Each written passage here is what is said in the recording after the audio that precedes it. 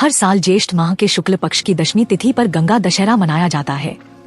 गंगा दशहरा के दिन भक्त गंगा मैया की पूजा करते हैं और स्नान व दान करते हैं। माना जाता है कि गंगा दशहरा के दिन स्नान करने पर भक्तों को पापों से मुक्ति मिल जाती है। भक्त गंगाजल को घर भी लाते हैं और घर के मंदिर में रखते हैं। हर शुभ कार्य में गंगाजल से घर की शुद्धि करने की परंपरा है। पौराणिक कथाओं के अनुसार इक्ष्वाकु वंश में सगर नामक एक बहुत ही प्रतापी राजा हुए। उनके वैदर्भी और शैव्या नामक दो रानियां थीं। राजा सगर ने कैलाश पर्वत पर दोनों रानियों के साथ जाकर शंकर भगवान की घोर आराधना की। उनकी तपस्या से प्रसन्न होकर भगवान शंकर ने उनसे कहा कि हे राजन, तुमने पुत्र प्राप्ति की कामना से मेरी आराधना की है, अतएव मैं वरदान देता हूँ कि तुम्हारी एक रानी के 60,000 पुत्र होंगे, किंतु दूसरी रानी से तुम्हारा वंश चलाने वाला एक ही संतान होगा। इतना कहकर शंकर भगवान अंतर्ध्यान हो गए। समय बीतने पर शैव्या ने असमंज नामक एक अत्यंत रूपवान पुत्र को जन्म दिया और वैदर्भी के गर्भ से एक तुम्बी उत्पन्न हुई, जिसे फोड़ने पर 60,000 पुत्र निकले। कालचक्र बीतता गया और असमंज का अंशुमान नामक पुत्र उत्पन्न हुआ। असमंज अत्यंत दुष्ट प्रकृति का था, इसलिए राजा सगर ने उसे अपने देश से निष्कासित कर दिया। फिर एक बार राजा सगर ने अश्वमेघ यज्ञ करने की दीक्षा ली। अश्वमेघ यज्ञ का श्यामकर्ण घोड़ा छोड़ दिया गया और उसके पीछे पीछे राजा सगर के 60,000 पुत्र अपनी विशाल सेना के साथ चलने लगे। सगर के इस अश्वमेघ यज्ञ से भयभीत होकर देवराज इंद्र ने अवसर पाकर उस घोड़े को चुरा लिया और उसे ले जाकर कपिल मुनि के आश्रम में बांध दिया। उस समय कपिल मुनि ध्यान में लीन थे, अतः उन्हें इस बात का पता ही न चला। इधर सगर के 60,000 पुत्रों ने घोड़े को पृथ्वी के हर एक स्थान पर ढूंढा, किंतु उसका पता न लग सका।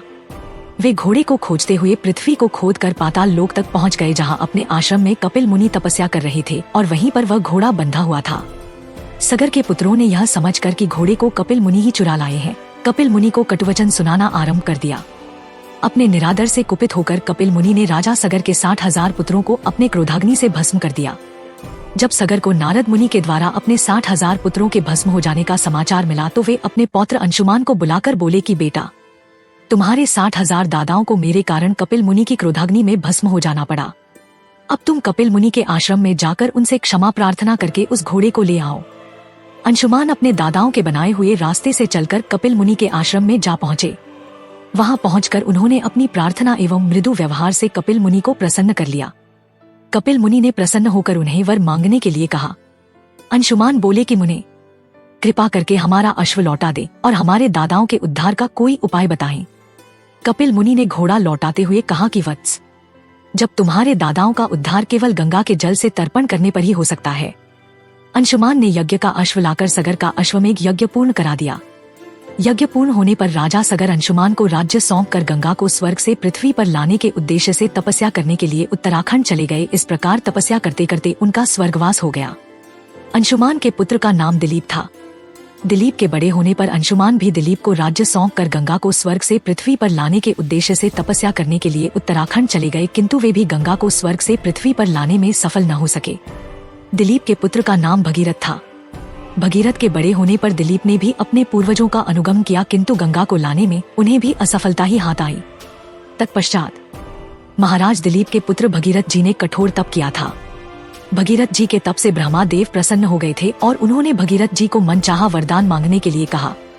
भगीरथ जी ने ब्रह्मा देव से वरदान में मां गंगा को मांग लिया। इस पर ब्रह्मा देव ने कहा कि देवी गंगा पृथ्वी पर तो आ जाएंगी, लेकिन क्या पृथ्वी देवी गंगा के वेग और भार को संभाल सकेंगी? इस पश्चात गंगा माता के वेग और भार को संभालने के लिए भगवान शिव से अनुग्रह किया गया। भोलेनाथ से अनुग्रह के पश्चात ही ब्रह्मा देव के कमंडल से निकलकर गंगा माता ने भगवान शिव जी की जटाओं से होते हुए धरती पर अवतरण किया। भगीरथ जी के नाम पर ही गंगा माता का नाम भागीरथी पड़ा था। गंगा माता के भोलेनाथ की चोटी से निकलकर हिमालय से होते हुए मैदान की तरफ कलकल बहने पर भगीरथ जी ने खुद को अत्यधिक भाग्यशाली समझा। वे ब्रह्मा देव से अपने पुण्य की प्राप्ति से उपकृत हो गए थे। माना जाता है कि जो भक्त गंगा दशहरा पर स्नान व दान करते हैं उन्हें शुभ फल की प्राप्ति होती है। इस दिन पूजा पाठ करने, गंगा दशहरा की कथा सुनने, गंगा आरती और गंगा में डुबकी लगाने पर व्यक्ति को मोक्ष की प्राप्ति होती है। मैं आप लोगों की सहायता से ऐसे ही भारत के इतिहास की कहानियाँ आपको बताता रहूंगा जो हमें कभी किताबों में नहीं पढ़ाई जाती। वीडियो को लाइक व चैनल को सब्सक्राइब करें। धन्यवाद। जय गंगा माता।